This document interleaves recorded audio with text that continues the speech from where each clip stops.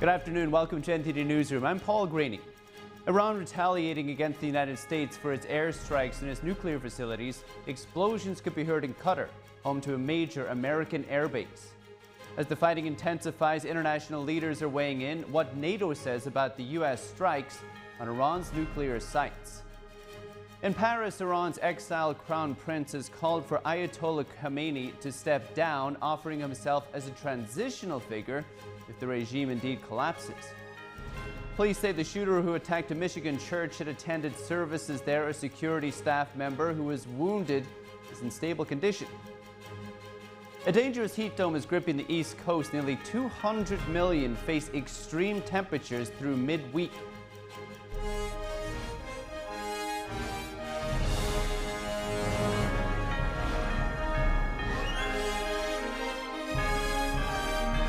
This is NTD Newsroom, live from our global headquarters in New York City.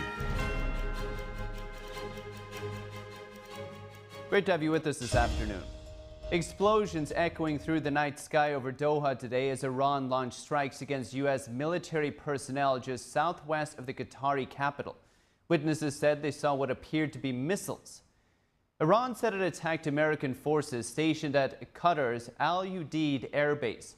The retaliation comes after Tehran vowed to respond to unprecedented U.S. airstrikes on its nuclear facilities Saturday. The spokesperson for Qatar's foreign ministry condemned the attack on X. The Post read in part, quote, "We consider this a flagrant violation of the sovereignty of the state of Qatar, its airspace, international law, and the United Nations Charter." The official added Qatar reserved the right to respond to the Iranian missile barrage. And President Trump has raised the question of regime change in Iran, and senior U.S. officials warned Tehran against retaliation. Here's a closer look. President Donald Trump on Sunday raised the question of regime change in Iran, following U.S. strikes against 3 key nuclear sites in the country over the weekend. Trump wrote on Truth Social Sunday afternoon that, quote, "It's not politically correct to use the term regime change, but if the current Iranian regime is unable to make Iran great again, why wouldn't there be a regime change?" That appeared to be a departure from messaging from top officials in his administration.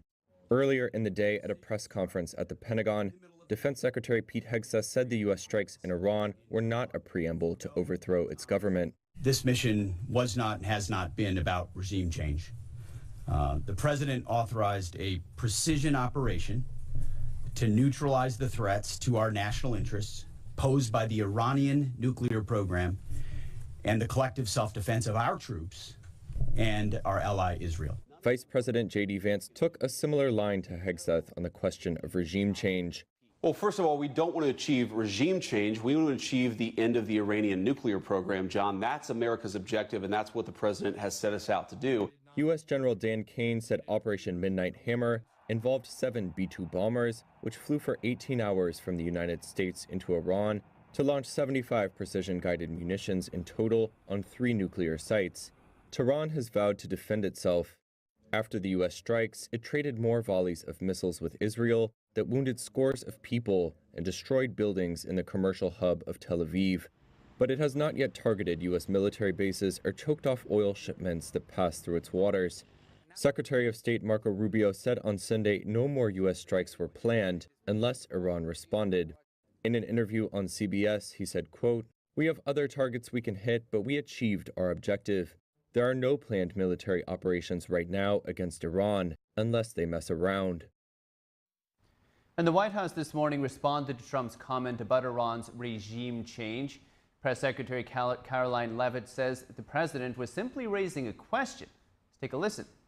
The president's posture and our military posture has not changed. The president was just simply raising a question that I think many people around the world are asking. If the Iranian regime refuses to give up their nuclear program or engage in talks, we just took out their nuclear program on Saturday night, as you all know. But if they refuse to engage in diplomacy moving forward, why shouldn't the Iranian people rise up against this brutal terrorist regime? That's a question the president raised last night. But as far as our military posture, it hasn't changed.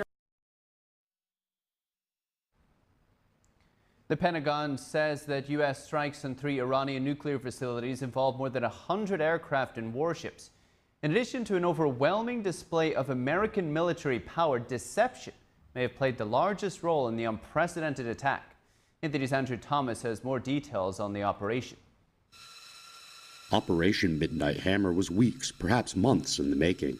As Israel continued a series of airstrikes targeting Iran's nuclear program, the U.S. mission began just after midnight Eastern Time on June 21st. The Pentagon announced that B-2 bombers had taken off from Whiteman Air Force Base, Missouri, and were headed west over the Pacific Ocean to the U.S. base in Guam. But those aircraft were decoys. At the same time, 7 B-2 bombers departed Whiteman, heading east on their way to Iran. Dozens of refueling aircraft kept the B-2s airborne during their journey across the Atlantic Ocean and over the Mediterranean Sea. As the B-2s entered Iranian airspace, American submarines began launching Tomahawk cruise missiles at targets in Iran. The 7 stealth bombers carried 2 30,000-pound bunker-busting bombs apiece. Beginning at 6:40 p.m. Eastern, the B-2s began dropping GBU-57 massive ordnance penetrators on Fordo, the largest conventional bombs in the U.S. arsenal. Over the next 20 minutes, the rest of the bomber crews dropped their payloads over the Fordo and Natanz nuclear sites. The sea-launched Tomahawk cruise missiles reached the third and final target, Iran's Isfahan nuclear facility.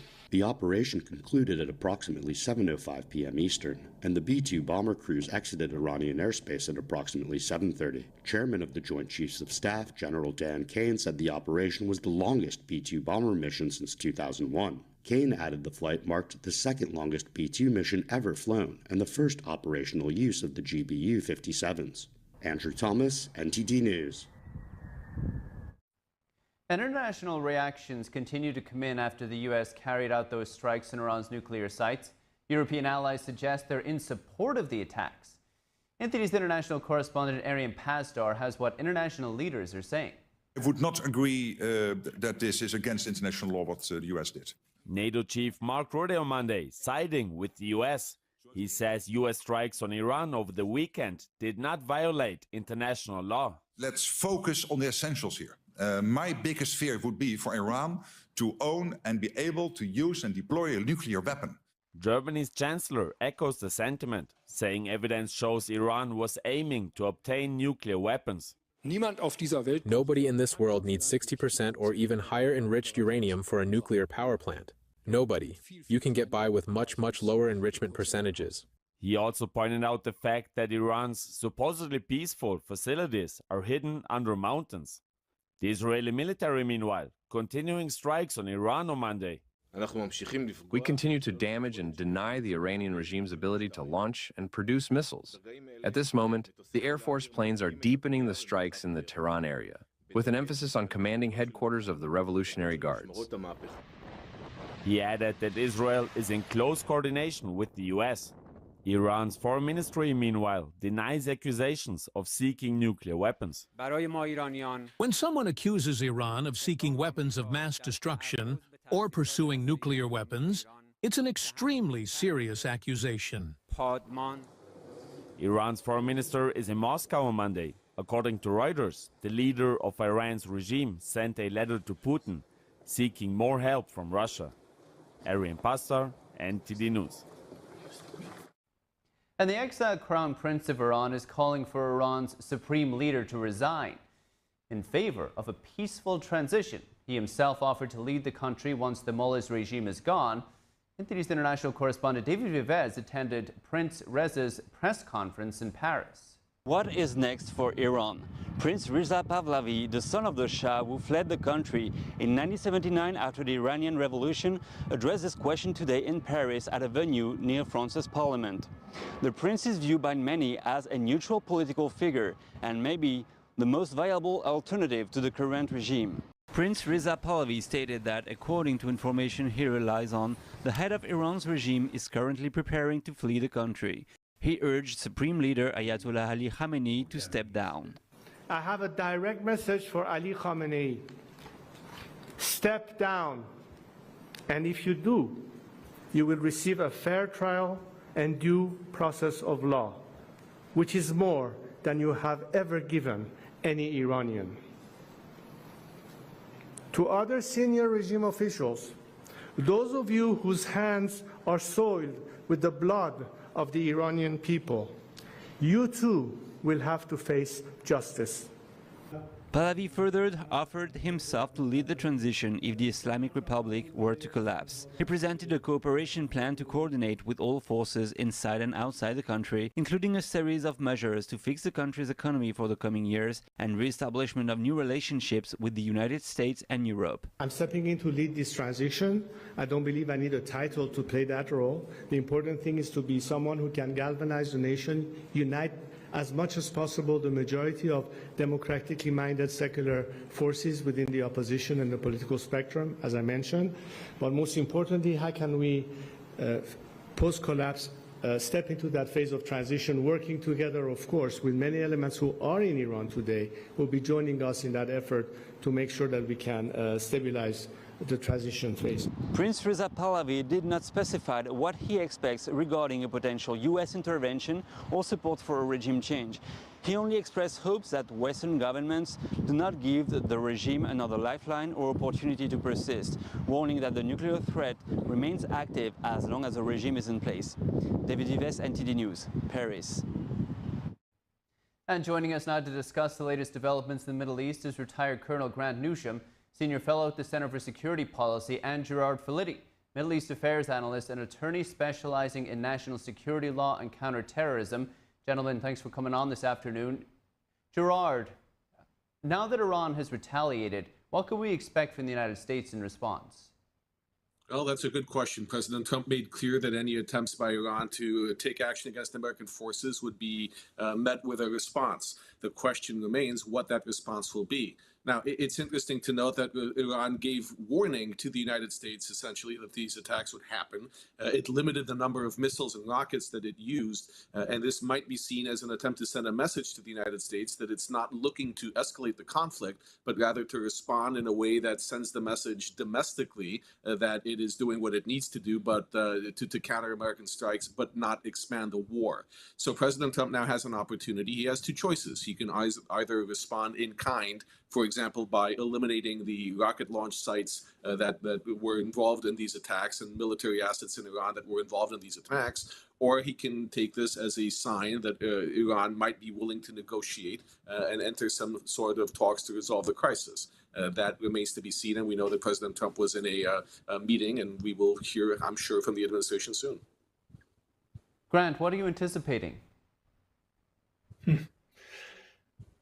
I think the Trump administration will give the Iranians a little bit of time to sort of come to the table in a very sort of engaging mode where they want to cut a deal, and that's obvious.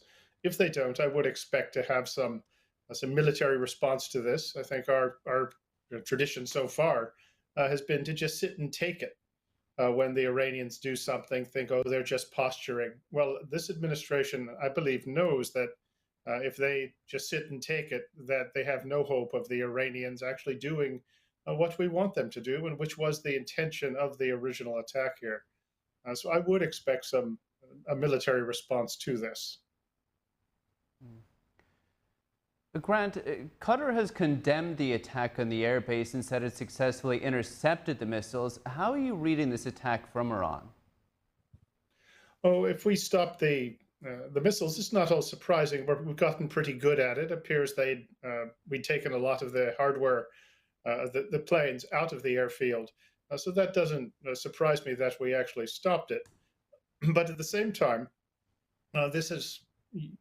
it's unwise to just consider this as just messaging. I did mention I expect a military response to this, but also one option, of course, is to really start putting on crushing sanctions on Iran, similar to the maximum pressure campaign in the first Trump administration.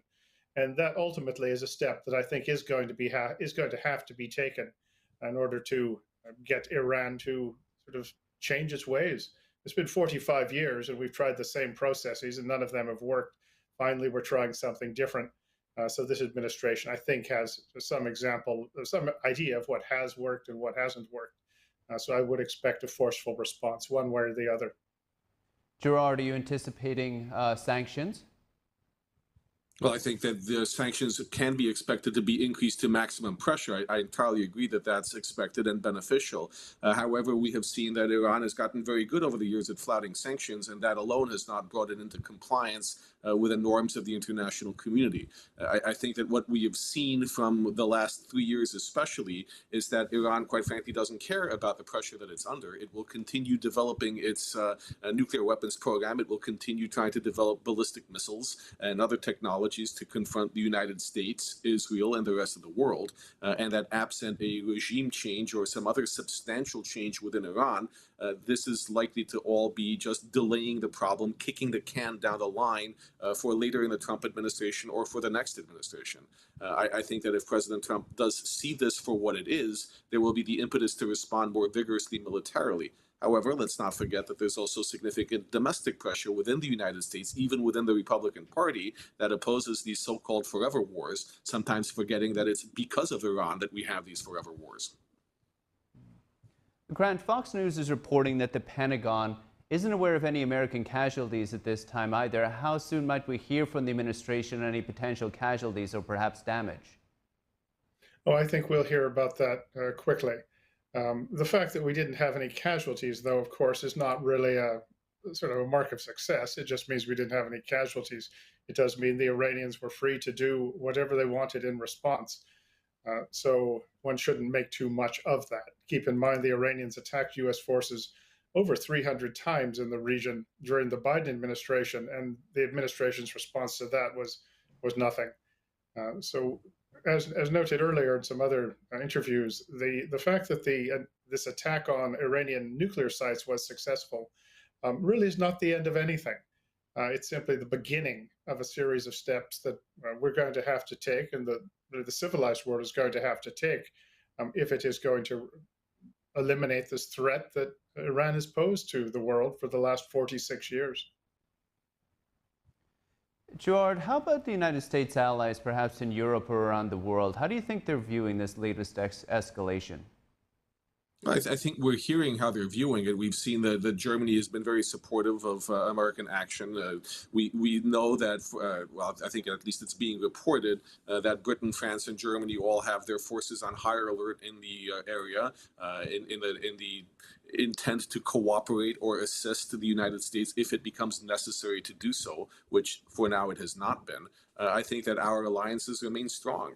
That has not been affected by this conflict. If anything, it is showing the world that since Donald Trump is committed to acting on what he says is vital American national security interests, that sends a message to our allies that they need to step up and uphold their alliances. So we expect to see this military cooperation, if necessary, with France, with the United Kingdom, with Germany, and with other nations. That is something that is unbroken and has not been broken by many attempts by Iran to do so. Grant, the president floated the idea of regime change in a post over the weekend. Obviously, the United States perhaps anticipated Iran would retaliate to their attack on their nuclear sites over the weekend. How interested in regime change is the current administration? Well, I think nobody wants to talk about it much publicly, although Mr. Trump, as usual, is saying what everybody else is thinking. If you want to transform Iran, I don't think the current people that are in power are going to be the ones to do it. Ultimately, it is going to require sort of a different set of people in Iran running the show. As I said, you've got 45 years and nearly half a century of empirical evidence to suggest how able or willing they are to change. And I don't think there's much evidence of that. So it is going to require, ultimately, Iran, probably with some help from outside, the Iranian people, with some help from outside to sort of make the change here. And this is not impossible at all. You know, one does recall the Green Revolution back in 2009, 2010, when Iranians were in the streets protesting an obviously stolen election. And they had some momentum to it at that time. Maybe with a little even verbal push from the United States, it might have had some success. Instead, we said nothing. The Obama administration said nothing. And you even had one prominent foreign affairs official, I won't say his name because he recently passed on, saying that Iran was in fact a democracy. So we had our chance and we didn't take it, but also the Iranian people themselves to suggest that the best they can do, the best they want is this current regime. I think that's a bit much. So regime change ultimately is going to be necessary, in my opinion. But as I said, nobody much wants to talk about it. But if we want to get the results we expect, that's going to be needed. Gerard, some people have raised the comparison with the United States entering Iraq and have said that they're not interested in this type of foreign intervention by the United States anymore. We also have people within the Trump administration who have from the beginning said that they would rather focus American efforts on the Asia-Pacific region to counter China's expansion there. Could a type of regime change campaign from the Trump administration perhaps become prolonged and distract from other priorities that the administration may have already had? Well, the first thing to remember is why we had boots on the ground in Iraq, why we were involved in Syria, why we had such a presence there. It wasn't because we were looking for a forever war. It was because of Iran, because Iraq, a Shia-dominant country with close ties to Iran, where the Iranian regime was fighting with the Sunni government of Saddam Hussein for well over 10 years in the 1980s.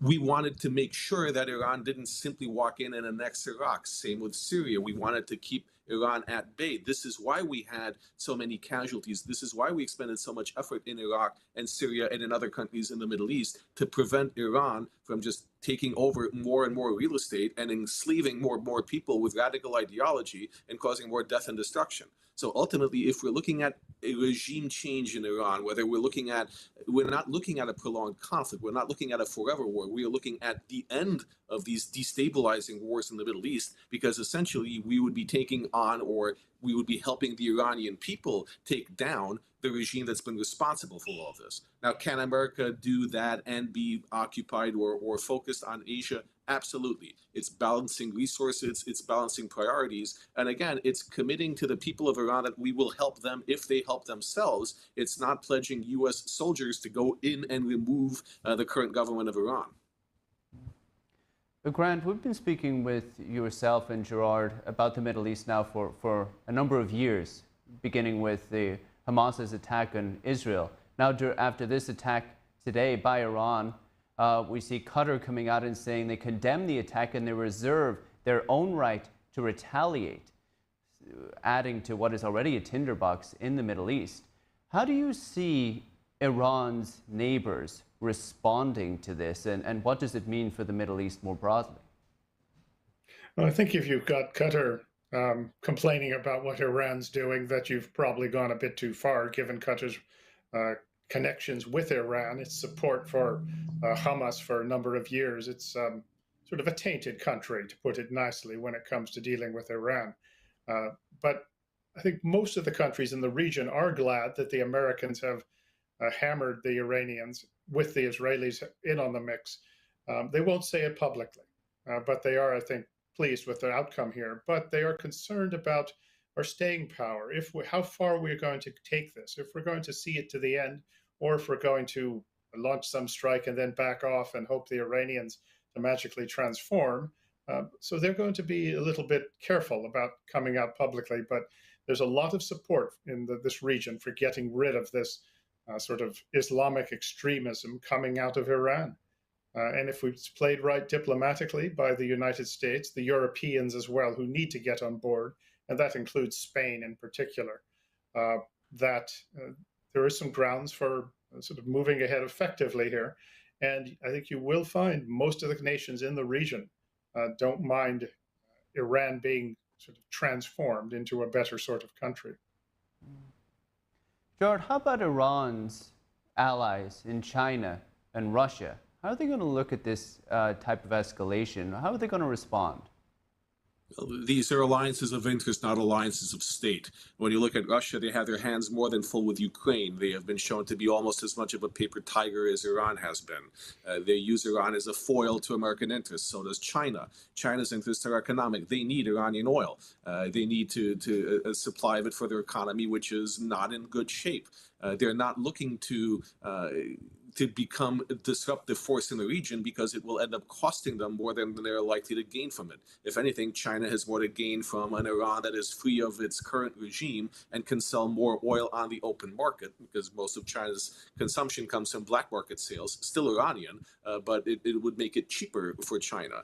So there's not an interest by China or Russia to become involved militarily.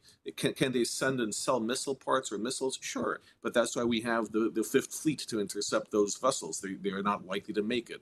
Will they raise a diplomatic stink? Absolutely. We will see threats or action by Russia and China in the UN, in The Hague. You will see all sorts of angry rhetoric. You will see BRICS nations get involved as well. But at the end of the day, the entire world, I think, realizes that Iran is not a stable or a sane regime, and that not having this problem is better for everyone in terms of stability, peace, and the economy. Gerard, how about domestically? We heard during the press conference on Sunday morning that Congress was not notified about the United States strike until after the strike actually happened. And so there was no congressional approval given for the strike, given the secrecy of it. How about now with this escalation? Will the Trump administration be able to just move ahead with whichever course of action they want to take, or will Congress have to be brought in to give some kind of approval? Well, first, despite some of what's being reported, President Trump did let Speaker Johnson know about America's plans before they were implemented.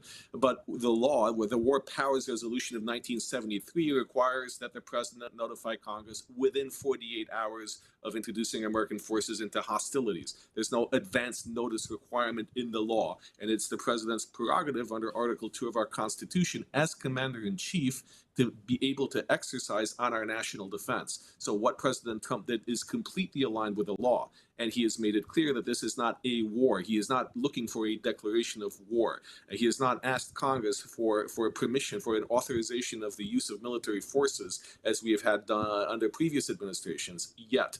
Can he do so? Yes. Can Congress ratify his actions and authorize force? Absolutely. They have 60 days to do so. But this is ultimately not something that requires congressional approval when the president is acting to protect American interests and American forces. And right now, if President Trump wanted to respond to this attack, again, he would not need congressional notice. He would not need congressional approval. He can just respond as commander-in-chief. Grant, how about the way that this is actually playing out? A lot of the messaging is happening actually in social media, with the president posting direct messages about the Iranian regime or its leader. How do you view this in the overall, you could say, actions that both sides are taking? Well, it's the what works business, and this administration, this president, is different than ones we've had in the past. So he uses these media to get his message across, and given the performance, I'm afraid, of the traditional media, I can't blame him if he wants to sort of be represented accurately and fairly. But this is just par for the course. I think we're sort of feeling our way through this. Even the administration is. I presume they've got a plan that had covered the next 12 steps after they bombed the nuclear sites. But the methods of communicating, the language used, this is all something that it's different, but we got a taste of it during Trump administration #1, and it just might be effective. Gerard, anything to add there? Well, remember a few days ago when President Trump tweeted essentially or put on Truth Social a warning to people in Tehran to get out of town? We saw people do just that. What that shows is that the President of the United States can effectively communicate his message directly to the people of Iran. And that's very important, because if we do want to put that messaging out, if we want the truth to be out there, if we want to help foment regime change, we can do that. And that will be through social media, that will be through the internet. It's not going to be as it was 30 years ago through shortwave radio or Radio Free Europe. It's going to be through social, Twitter, X, whatever you want to call it these days. But the US president communicating directly to the Iranian people is a very big deal. All right. And gentlemen, I just want to add that I mentioned that Congress wasn't informed. The White House says the leaders were called before the strike. And gentlemen, Gerard Filitti and Grant Newsham, General Grant Newsham, thank you both so much. Thank you. Thank you. And still to come this evening, the Los Angeles County Sheriff's Department catches heat over a post calling the U.S. bombings of nuclear sites in Iran a tragic event and offering condolences. We have that and more after the break.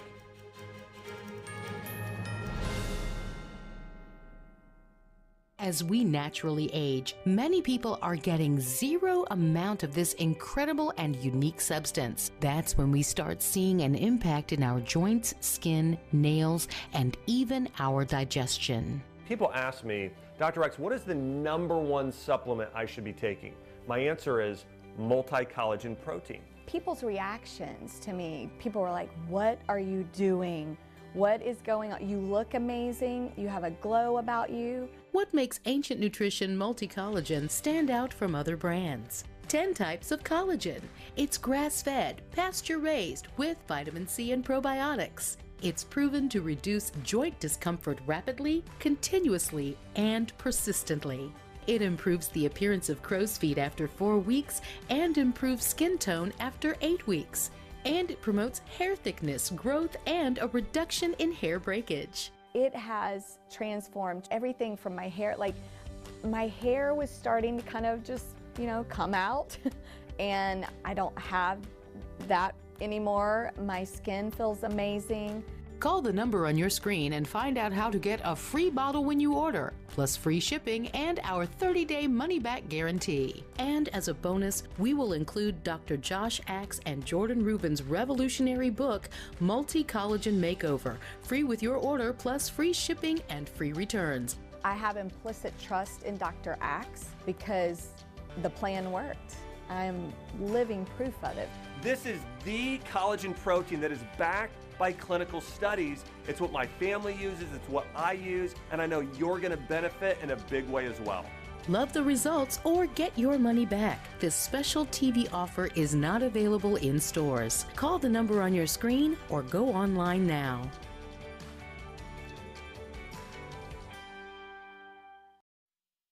To celebrate our newest launch, Rev 7, I'm bringing you an amazing introductory offer, plus an exclusive overstock sale that you're not going to want to miss.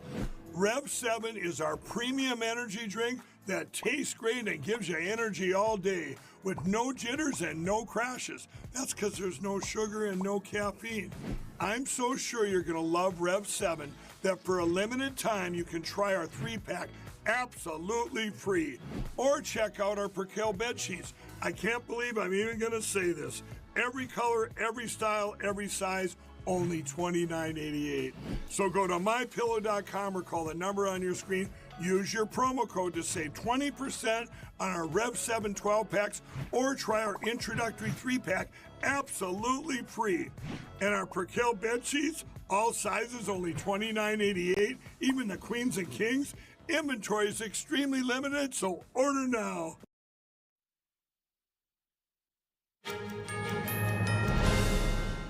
Welcome back. Pakistan has nominated President Trump for the Nobel Peace Prize. The country called Trump a genuine peacemaker for his role in helping to avert a major confrontation between India and Pakistan last month. Pakistan's government said Trump had demonstrated stellar statesmanship during the India-Pakistan crisis. It was triggered by the terrorist massacre of 26 Indian tourists in Indian-controlled Kashmir in April. India blamed Pakistan for supporting the attackers, but both nuclear-armed nations agreed to the terms of a U.S.-mediated ceasefire on May 10th.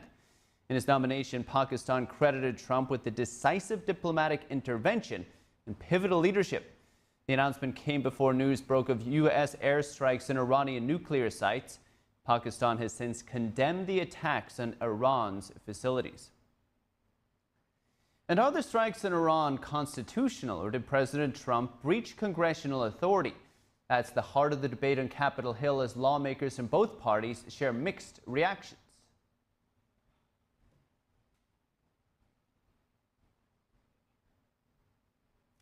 And the U.S. is on alert after airstrikes in Iran's nuclear facilities. Federal agencies are warning of potential retaliation.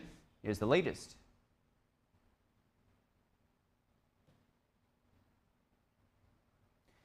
And police say the man who opened fire outside a Michigan church had attended services there a couple of times in the last year.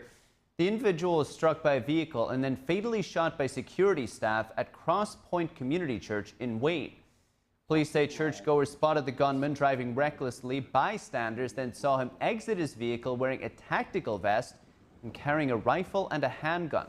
Several people could be seen directing children to the back in a live stream video of the Sunday morning service. One member of the security team was shot in the leg and was listed in stable condition. The gunman has been identified as Brian Anthony Browning. The Wayne Police Department said the 31-year-old did not have any previous contacts with local police or criminal history. Investigators have not ruled out the possibility that Browning may have been experiencing a mental health episode. And Americans looking to stretch their budgets are using buy now, pay later options for everything from groceries to cruises. But soon, choosing the buy now, pay later option could affect credit scores. FICO, the company that developed the most widely used U.S. credit score, has plans for a new credit score model. It factors in buy now, pay later loan data to evaluate credit worthiness. FICO expects the new model will be ready for release this fall. And are the strikes in Iran constitutional, or did President Trump breach congressional authority? That's at the heart of the debate on Capitol Hill as lawmakers in both parties share mixed reactions.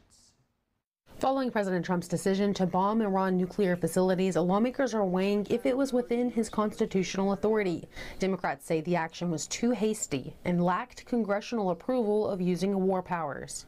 This was not constitutional, was not lawful in the absence of a declaration by Congress. And so the administration should have come to Congress. We will have a vote on a war powers resolution. Senator Lindsey Graham pushed back on critics, pointing out that going to Congress first would have compromised the attack. This was something that had to be done quietly. Last thing you want to do is come to Congress with an attack this sensitive. So what's the big picture? Saudi-Israel is more likely than ever. The Arabs are very impressed. I think we're going to see real change in the Mideast. The weaker Iran, the stronger the likelihood of peace. While most Republicans supported the move as one of strength, Congressman Thomas Massie, one who's often been at odds with Trump, is one of few Republicans who opposed it. The Constitution requires Congress to weigh in on this. There's some argument that, oh, there was an imminent threat, so the president can act for 60 days without a vote of Congress. But here's the reality. After 60 days, he has to stop unless there is a vote. The congressman led mostly Democrats in putting together a war powers resolution. Massey's comments are at odds with Republican leadership. House Speaker Mike Johnson described the attack as putting America first, with a decisive action that prevents the world's largest state sponsor of terrorism from obtaining the most lethal weapon on the planet. Some supporters say that while Congress has the authority to either fund or defund war efforts, it can't make big decisions about if and when to attack. Lawmakers return to Washington, D.C. today. Heated debate will continue to unfold around the bombing. Reporting from Washington, D.C., Melina Weiskup, NTD News. And the U.S. is on alert after airstrikes in Iran's nuclear facilities. Federal agencies now warning of potential retaliation here in America. Here's the latest. Cities in the United States are on high alert after U.S. strikes on Iranian nuclear sites this weekend. The Department of Homeland Security issued a terrorism advisory Sunday, warning Americans of a heightened threat environment. DHS officials say extremists could be motivated to act if Iran's religious leadership issues a call for violence. Law enforcement agencies in major cities are taking no chances. The New York Police Department told Fox News it has added extra patrols around Jewish and Iranian-linked sites. Washington, D.C. and Miami-Dade are also stepping up visibility around places of worship and diplomatic buildings. Cybersecurity is another front.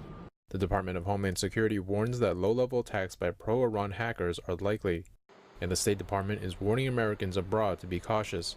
American travelers are being told to expect protests and possible disruptions across the Middle East.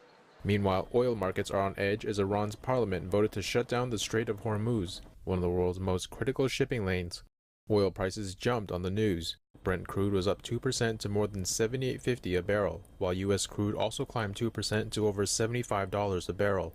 Iran's decision still needs approval from the country's Supreme Council, but the threat alone is rattling markets and prompting international concern. The narrow waterway, just 20 miles wide at its tightest point, is flanked by Iran, Oman, and the UAE. Iran depends on the strait for its own oil exports, particularly to China, a fact that analysts say may make a full shutdown unlikely. Speaking to Fox News Sunday, State Secretary Marco Rubio called on Beijing, urging them to pressure Iran against shutting the strait. Well, I encourage the Chinese government in Beijing to call them about that because they heavily depend on the Straits of Hormuz for their oil. If they do that, it'll be another terrible mistake. It's economic suicide. Markets are watching closely. Asian shares fell Monday with South Korean's Kospi and Taiwan's TAIEX both down over 1% at one point. U.S. futures dipped as well. Rubio said closing the strait would hurt other countries worse than the U.S. It would be, I think, a massive escalation that would merit a response, not just by us, but from others. U.S. Navy ships are constantly patrolling the area, but Vice President J.D. Vance says the Trump administration is not looking to deepen military engagement. Asked on NBC's Meet the Press on Sunday if American boots could fall on the ground, Vance said no. The goal, he stressed, was narrow. The president has actually been one of the fiercest critics of 25 years of failed foreign policy in the Middle East, which is why he did what he did. A very precise, a very surgical strike tailored to an American national interest. Vance repeatedly emphasized that the administration is open to diplomacy if Iran changes course. There's a pathway where Iran integrates itself into the international community, stops funding terrorism, and stops trying to pursue a nuclear weapon. This is a reset. This is an opportunity for the Iranians to take the smart path. Meanwhile, Capitol Hill remains divided. Some Republicans are backing the president, calling the strikes necessary. But others in Congress, including Democrats and some conservatives, say President Trump acted without proper congressional approval. It's an assertion the administration denies. Iran's foreign minister has accused the U.S. and Israel of having blown up diplomacy. The regime has vowed retaliation, though for now the world is watching and waiting. And extreme heat is affecting almost 200 million people and is expected to bring record-breaking temperatures. It's predicted to be at its most intense tomorrow. Forecasters say a heat dome is moving eastward from the Great Lakes region. It's expected to bring 99-degree temperatures to New York City by tomorrow. New York City's mayor warned conditions could be life-threatening if not prepared. Farther south, Washington, D.C. could see 99-degree temperatures today. Intense heat is expected from Boston to the Carolinas. The heat dome makes hot air in a region hotter, trapping the air before it can cool down. It remains in place until a cold front moves in. Things are expected to cool down by Thursday. Officials say the best way to stay safe is to stay hydrated and take breaks from being outside in the heat. And Governor Kathy Hochul has declared a state of emergency in 32 New York counties as severe storms and extreme heat hit the state. Experts caution that extreme overnight heat can be as dangerous as daytime highs. And for those without air conditioning, it's advised to create a cool corner to sleep in, stay hydrated, recognize the symptoms of heat illness, take advantage of public cooling spaces like libraries and community centers. Heavy rain, flash flooding, and downed trees struck part of central and upstate New York early yesterday, killing at least 3, knocking out power in some areas.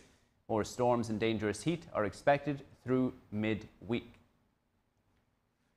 And let's hear what people in New York have to say about this extreme heat.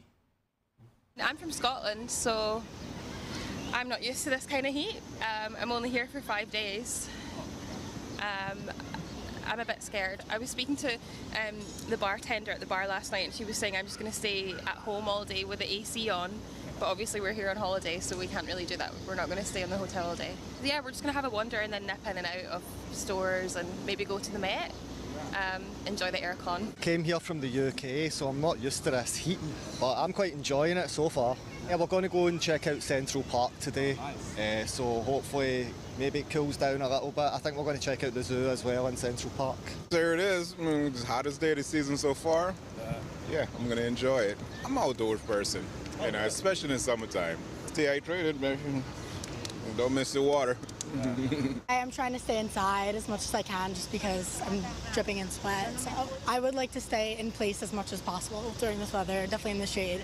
Stay inside as much as you can, but if you have to go outside, bring a water bottle, wear light clothing because it does get insanely hot, especially in the city. I grew up in Florida, so I'm used to the hot weather. But I don't mind going out, as long as you're careful, drink a lot of water, and be careful what you do. My tip is stay cool and stay in the shade and don't move too quickly, and also don't stress. I'm a big fan of summer, so yeah, I like summer. If you stay in the shade, it's pretty comfortable, I would say. I'm sweating, but it's not like I'm dying, Just definitely keep yourself hydrated, bring yourself like a bottle of water or something with you, and just try to stay in the shade, I would say. Still to come this afternoon. Conflict in the Middle East is now grounding flights. Airlines around the world are suspending routes as skies over Iran and its neighbors go empty. That and more after the break.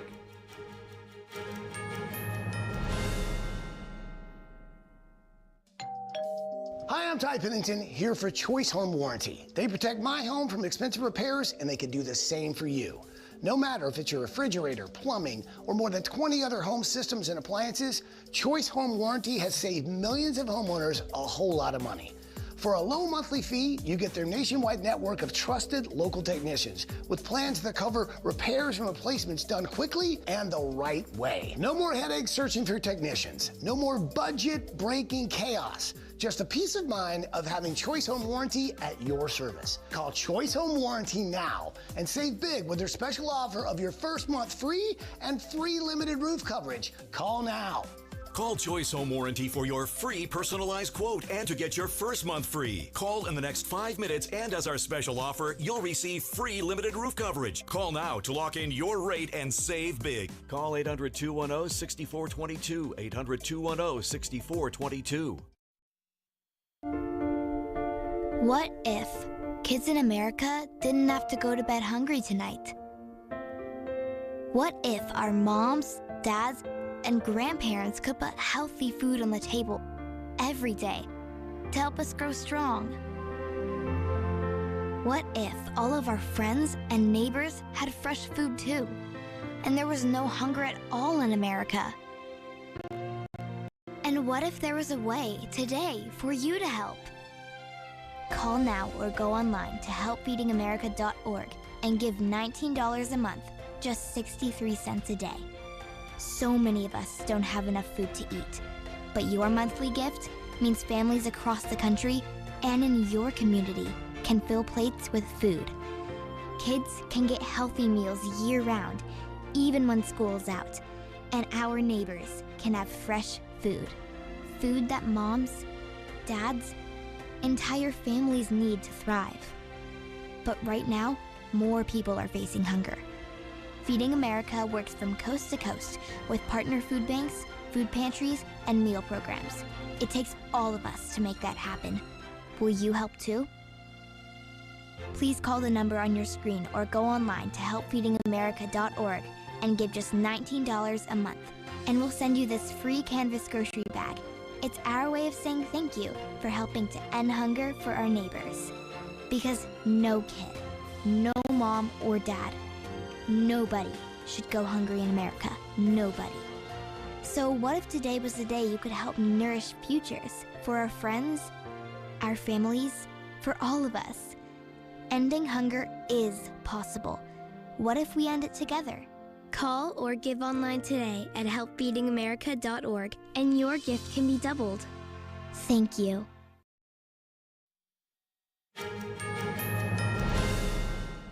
Welcome back. Attorney General Pam Bondi is testifying before the House Appropriations Committee's Subcommittee on Justice. Let's take a look. Country you can imagine. And of course, I didn't see Iranian driver's license, but they are coming into our country. Yes, we know that's documented, but just walking into our country. And that's why Homeland Security, that's why ICE, that's why the FBI, that's why all of our agencies, DEA, ATF, are all working hand in hand to combat that and to keep Americans safe. And that is what President Trump is committed to doing. Thank you. Chairman, I yield back. Ms. DeLauro. Thank you very much, Mr. Chairman. Just a quick note before I get to my questions. Fentanyl seizures are down 30% compared to last year. And that data is coming from the Customs and Border Patrol, CBP. I don't make it up. But fentanyl seizures are down. At your confirmation hearing, you asserted that you will do everything in your power to prevent illegal gun runners in our country. Your budget request for the Bureau of Alcohol, Tobacco, Firearms, and Explosives, ATF, proposes a cut of 26% below the current level. How can you justify such a massive cut without inevitably weakening ATF's ability to help our state and local law enforcement fight illegal gun trafficking? How many ATF law enforcement officers and industry operations investigators do you anticipate will be lost to attrition as a result of this funding reduction you're proposing? So I'm a prosecutor, and I believe in keeping America safe, making America safe. First, what we're doing is ATF is going to be brought over with DEA. Everyone knows, everyone sitting up here, guns and drugs go together.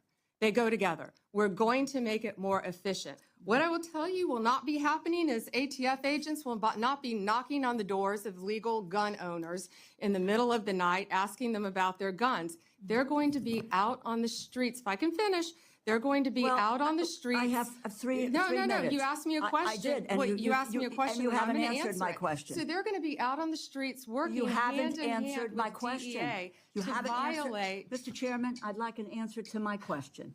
And the question is not being answered. How many ATF law enforcement officers and industry operations investigators do you anticipate will be lost to attrition as a result of the funding reduction you are proposing? You are proposing a 26% cut to ATF for fiscal year 2026, as well as a 4.4% cut to DEA. So you're going to merge the two agencies together, and then you're going to shortchange their resources, so neither one of them will be able to do the job that they have been designed to do. You've got a 34% cut to the high-intensity drug trafficking areas program, no dedicated money at all for the Organized Crime Drug Enforcement Task Force.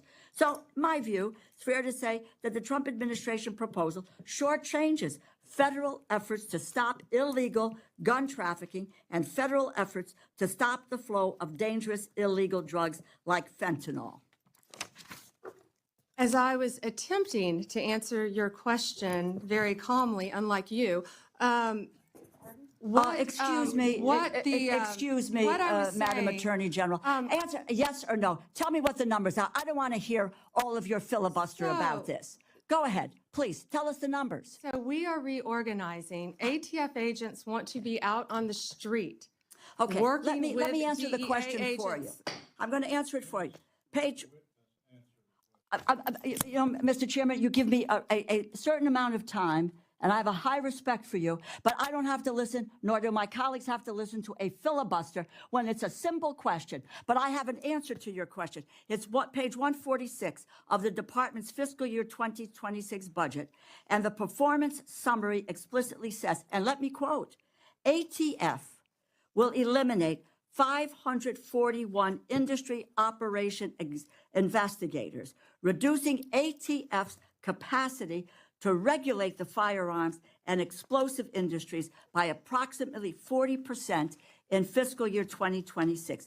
ATF will perform fewer regulatory inspections. And the department summary goes on to say, and let me quote, ATF anticipates a reduction of approximately 284 support personnel and 186 agents based on historical attrition patterns, and these personnel cuts will impact ATF across various functions, unquote.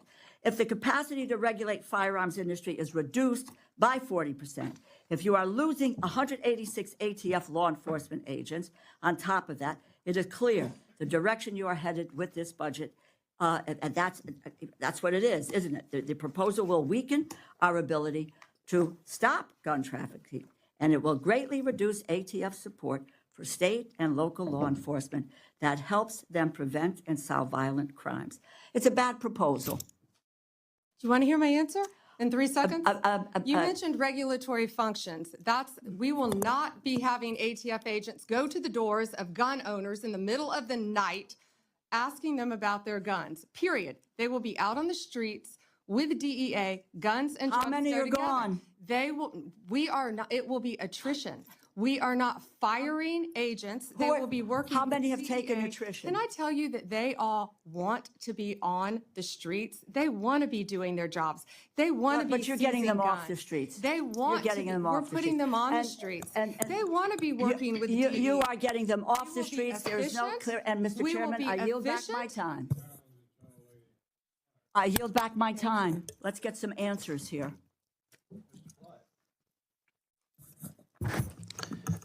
Thank you, Mr. Chairman, and thank you, Attorney General Bondi, for being here today. You are in my mind, a breath of fresh air to our Department of Justice. Thank you. So thank you for your dedication to the Constitution and for equal justice under the law. I am sorely impressed with your experience and how you have handled the Department of Justice so far. As we all know, under the Biden-Harris administration, the Department of Justice, FBI, and ATF were dangerously weaponized to target President Trump and everyday Americans, tactics more fitting of an authoritarian regime than a constitutional republic. From politically persecuting President Trump, then President Biden's chief political rival, to going after pro-life advocates like Mark Houck, the actions of the Attorney General Garland, Director Wray, and the DOJ leadership were unacceptable and unconstitutional, in my opinion. That's why I was very encouraged to see the President's FY26 budget commit to ending the weaponization within the Department of Justice and the FBI. And so, can you elaborate for me, how has the Trump administration's DOJ shifted away from politically motivated investigations and refocused on its core mission, prosecuting the most dangerous criminals? And you mentioned that a little bit in your opening remarks. So if you can focus on the moving away part, I'd appreciate it. Yeah, thank you, Congressman Clyde, and thank you for that. And also, our budget includes $1.2 billion and 2,444 agents for ATF. And those agents will be on the street with DEA. And thank you for letting me answer that question. Yes, ma'am. And we are prioritizing resources addressing illegal firearms and traffickers, and we will reduce unnecessary regulatory efforts, including what I just said about the weaponization. That's how ATF, I believe, was weaponized in the prior administration. Also, they were arresting peaceful protesters, the Biden administration, at abortion facilities. No longer. They targeted Catholics at church services. No longer. No longer will parents be arrested at school board meetings because they care about their children. That has ended under this department.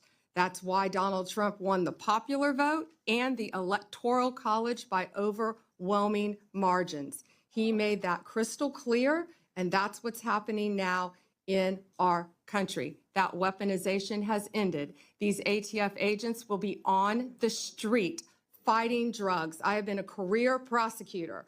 ATF has taken thousands of guns off the streets since January 20th, working hand in hand with DEA. Drugs and guns go together. Core function, no more targeting and weaponizing our citizens by any of the agencies. Thank you. Thank you for that commitment. Thank you. I was delighted to see that. And that was Attorney General Pam Bondi testifying before the House Appropriation Committee's Subcommittee on Justice. If you'd like to continue watching that, you can do so at ntd.com. And here, still to come, Saudi Arabia condemns Iran's attack on the U.S. airbase in Qatar. Our coverage of the Middle East tension continues in the next hour. Stay with us.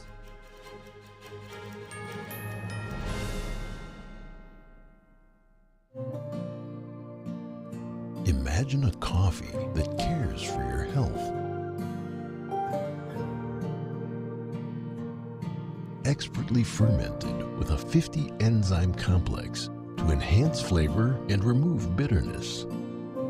Small batch roasted to a decadent medium dark, resulting in a brew that is gentle on digestion, low acid, and up to 90% less caffeine than regular coffee.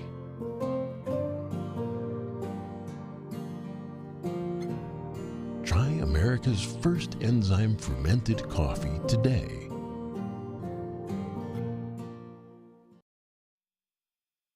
When it comes to disasters and emergencies, it's not a matter of if, but when. I'm relying on luck, but who knows if it'll be on my side. Let's prepare so we all have a better story to tell. Take control at ready.gov/olderadults.